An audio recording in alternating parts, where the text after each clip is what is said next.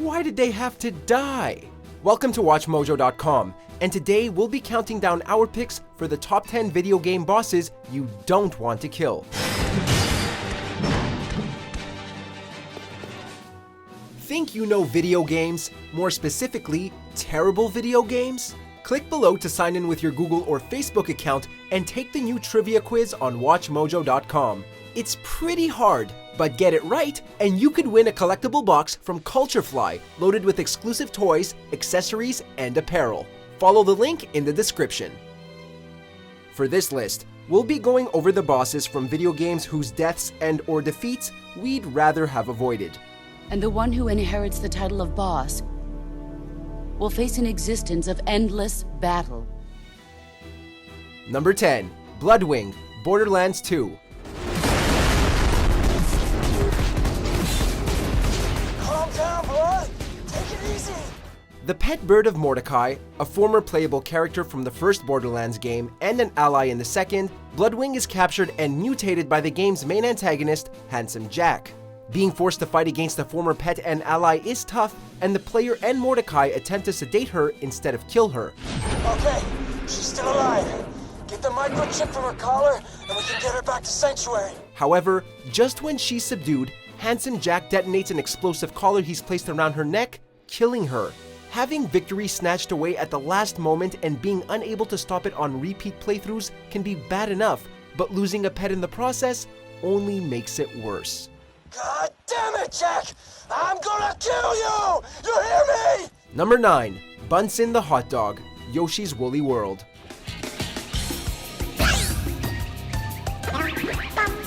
Speaking of animals and pets, this boss is possibly even more endearing than the last. Many boss fights in Yoshi games featured an enlarged version of regular enemies, and in this case, it's one of the fire-breathing hot dogs.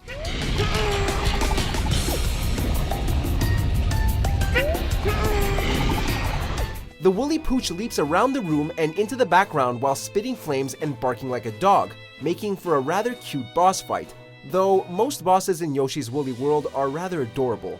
It's a shame we have to ground and pound its tongue because we'd much rather give Bunsen a cuddle instead.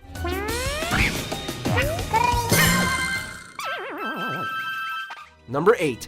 Heath, Seiken Densetsu 3. A childhood friend of the half-elf Carly, one of the primary characters you can choose to play as, Heath is a former guard captain and cleric mage who apparently turns to evil, siding with the mysterious masked mage, the primary antagonist in some of the game's roots.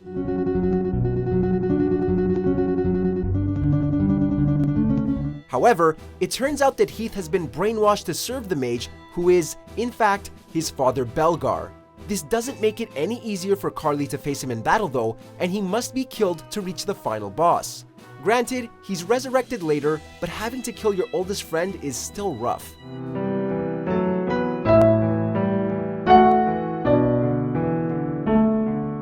Number 7. Maluda Falls, Final Fantasy Tactics.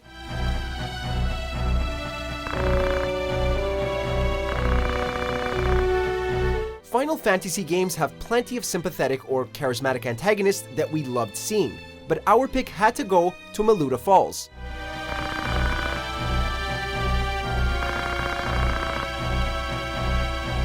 A member of a revolutionary group called the Death Corps, led by her brother, Maluda and the rest of the revolutionaries were denied money following their participation in a war because they're commoners, giving her a hatred of royalty and aristocrats. Although circumstances conspire to pit the protagonist against her, they and the players can sympathize with her cause, so we must cut her down with heavy hearts. Number 6. Keira Metz, The Witcher 3 Wild Hunt. So, found what you were looking for? Yes, thanks for asking.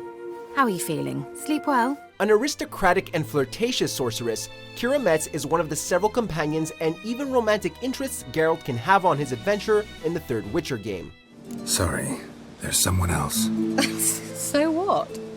Oh, Geralt, you're so old-fashioned. However, her femme fatale nature leads her to keep secrets that run counter to Geralt's goals, and, depending on the player's choices, Keira can also end up being fought as a boss. Do you really believe you can call me names and then revert to polite conversation just like that? Regardless of her betrayal, it can still be difficult to kill someone you've spent a good portion of the game with, particularly if you've been more intimate with her. Didn't have to end this way. Number 5. Any boss. Undertale.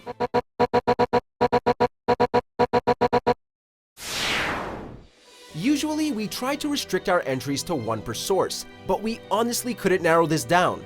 Thanks to its complex themes and morality system, Undertale makes it abundantly clear that even though the player is fighting monsters, they're not really bad people, and every single boss is so thoroughly entertaining that you won't want their fights to be over or to kill them, unless you're going for a full genocide run.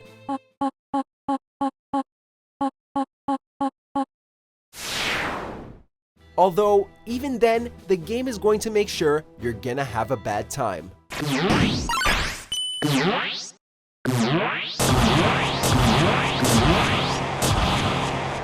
Number 4. Sith, the Great Grey Wolf. Dark Souls.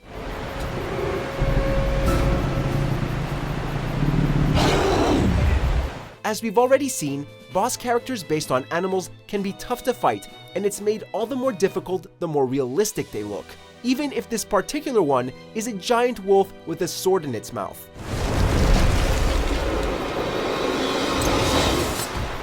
Sith is also only fought because they're guarding their master's grave, so the huge wolf is hardly malicious towards the player.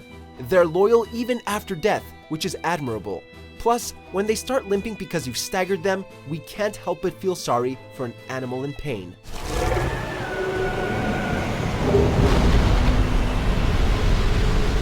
Number 3. Steve Burnside, Resident Evil Code Veronica.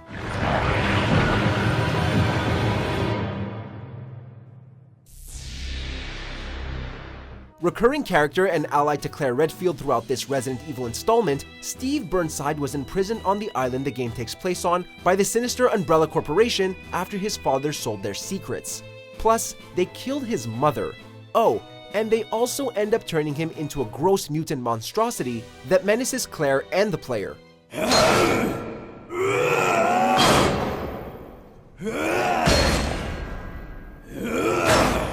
While you aren't directly responsible for his death, it's still sad to see him go after all he went through, and because he was so endearingly goofy with his extreme Canadianisms.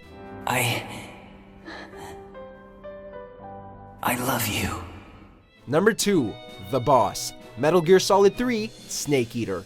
I gave up my body and my child for my country. There is nothing left inside me now. Nothing at all.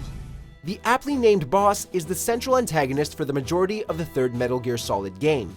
A former mentor to the protagonist Naked Snake, the boss defects to the Soviet Union, prompting Snake to pursue her.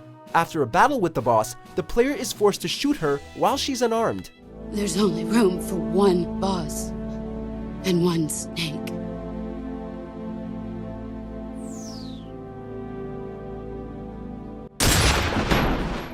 As if this wasn't bad enough, it's soon revealed that she was not a traitor after all, and was merely acting as a scapegoat so as to not to lead to war, making her an unsung hero.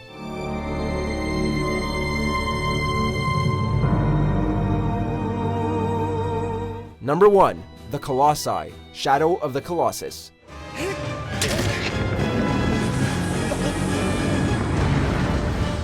These 16 colossal creatures give Shadow of the Colossus its name, and while defeating them is the main goal of the game, we're less than enthused about killing them.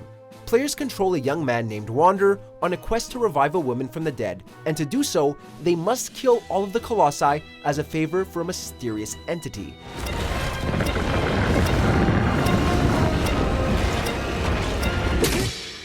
Wander's gradual corruption and the sad deaths of the majestic beasts make it clear that we're committing some pretty heinous acts in the name of the deceased woman, and we're pretty sure he gets what he deserves in the end.